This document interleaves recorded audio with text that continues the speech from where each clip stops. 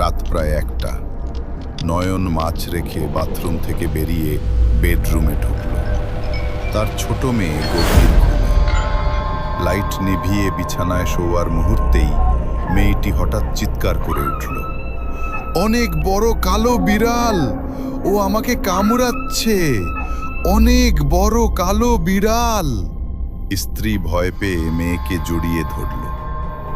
নয়ন সান্ত্বনা দিয়ে তাকে ডাক্তার দেখালো, কিন্তু কোনো শারীরিক সমস্যা ধরা পড়ল না। কিন্তু এরপর থেকে মেয়েটি দিনভর চুপচাপ, আর রাত হলেই ভয়ঙ্কর চিৎকার, অনেক বড় কালো বিড়াল! আমাকে কামড়াচ্ছে! কবিরাজদের কাছে গেলে তারা বলল, রাতে যে কাঁচা মাছ এনেছিলি তার লোভে এক পিশাচ তোমাদের ঘরে এসেছে। অবশেষে হতাশ নয়ন গ্রামের নামকরা তান্ত্রিকের কাছে গেল। তান্ত্রিক চোখ বন্ধ করে জপ করতে করতে বলল, তোমার মেয়েকে বাঁচাতে হলে বড় যজ্ঞ করতে হবে।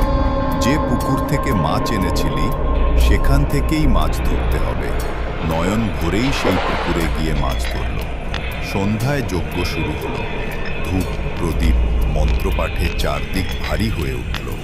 আগুনের শিখা উঁচু হতেই তান্ত্রিক উচ্চ স্বরে মন্ত্র পড়ল, যেন অদৃশ্য কিছু তাড়িয়ে দিচ্ছে। যজ্ঞ শেষ হওয়ার পর অদ্ভুতভাবে মেয়েটি শান্ত হয়ে গেল। রাতে আর কোনো চিৎকার নেই। পরদিন ভোরে সে হাসি মুখে বাবার বুকে ঝাঁপিয়ে পড়ল। এরপর থেকে নয়ন আর কখনো রাতের অন্ধকারে পুকুরের মাছ আনেনি। গ্রামের লোকেরা এখনো বলে, পুরনো শ্মশানের তেঁতুল গাছের নিচে